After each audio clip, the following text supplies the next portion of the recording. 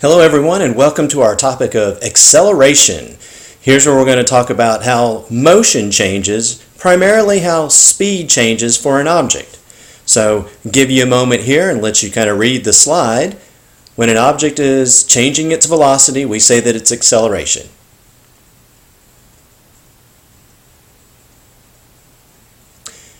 And you can see down here it says to accelerate means that you're either going to speed up, slow down, or change direction. So if you look up here at the very top, you can see from position at the very beginning to position 1 that the speed changed by a factor of 10. The velocity changed, and it took 1 second for that to happen.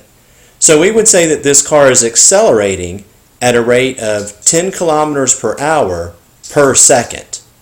And then 1 second later, same thing. Went from 20 to 30 kilometers per hour, and it took 1 second. So this car is experiencing an acceleration, a constant acceleration, and its speed is changing by the same amount per second. But then puts on the brakes and goes from 30 to 0. So there's a change of 30 kilometers per hour to 0 kilometers per hour, and that took 1 second for that to happen. So the acceleration there was 30 kilometers per hour per second. So you can just imagine somebody being in that car and when those brakes are applied, lunging forward.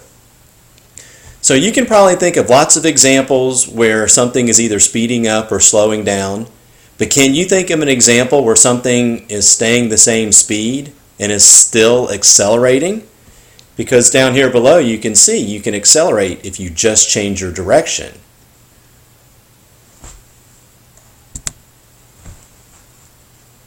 So maybe take a look at that second bullet. Going around a curve in a car while in cruise control. So your speed is not changing, but your velocity is.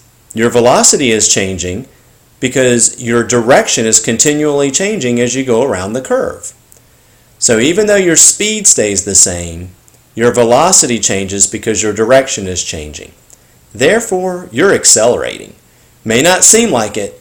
It may seem like you're staying the same speed, but if you're in that car, you can probably feel yourself accelerating towards the door as you go around that curve, as you lean in that seat. All the other examples probably make sense. They're all changes in speed or direction. So here we have a way to mathematically represent acceleration. We've said it in words that acceleration is a change in the velocity during a certain time interval, but now you can see that there's a way to mathematically determine that actual quantity of acceleration.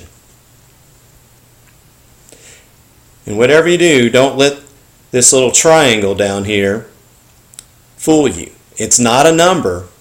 It's just a symbolic way to represent the word change. So when you see that triangle right here, you'll never put a number in that position. That's just a way of saying the word change, the change in the velocity of an object.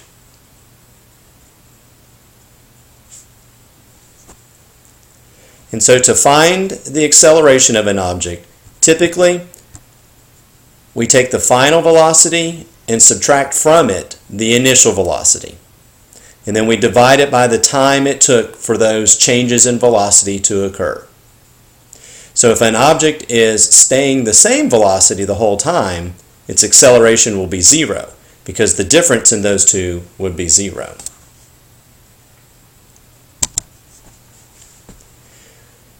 Don't get caught up in trying to write down these tables or try to copy them into your notes. The main purpose of showing you these two tables is just to show you two ways in which objects might accelerate. The table on the left shows an object that is accelerating at a constant rate.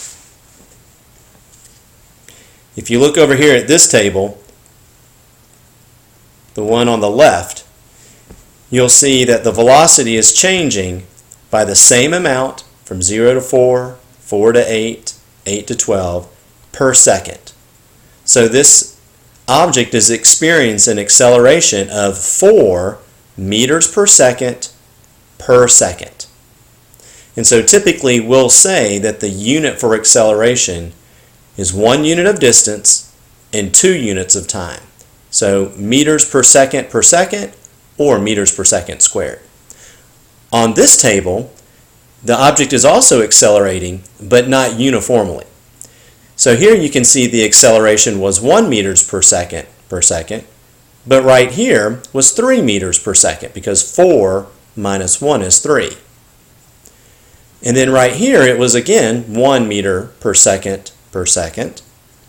But then in the final part of this object's motion, the velocity changed by a factor of 2 during that 1 second interval, so the acceleration was 2 meters per second, or sometimes said 2 meters per second squared. So the purpose of showing you this is just to represent that acceleration is the rate at which velocity changes, and it does not have to change uniformly, but typically we'll be dealing with examples that have uniform acceleration. And when that acceleration is uniform or constant, we know a couple of things. One thing we know is that the velocity is going to increase or change by the same amount over the same time period.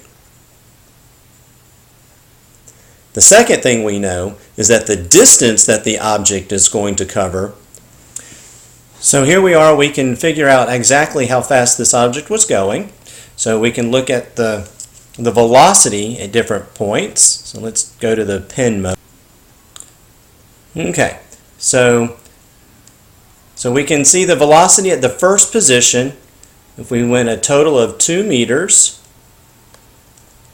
in 1 second, so we have a velocity of 2 meters per second. But in the third position, or the second position, you traveled a total distance of 8 meters, and that took 2 seconds. So now we're looking at a speed of 4 meters, or velocity of 4 meters per second. And if we continue this pattern, we'll be able to look at the whole idea of what's happening to the velocity of this object.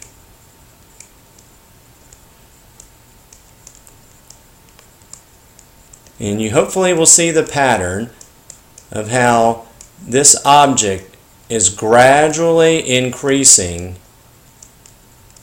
its velocity.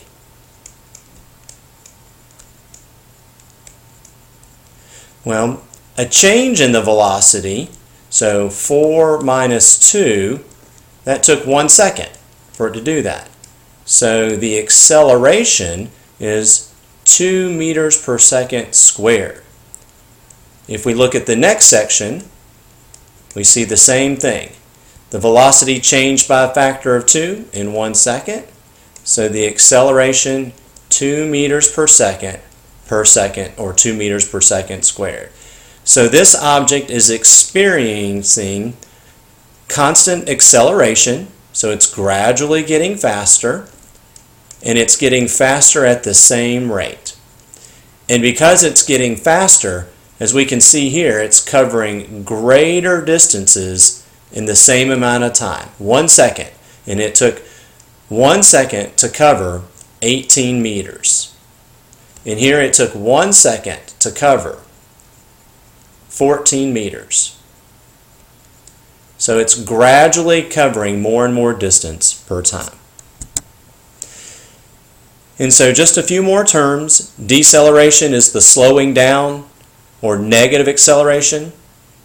And zero acceleration, as it states, would be something that is either not moving at all or is moving at a constant velocity. And later on in class, we will show how you can represent acceleration on a graph. We'll show it with velocity time graphs, and we will also show it with distance time graphs.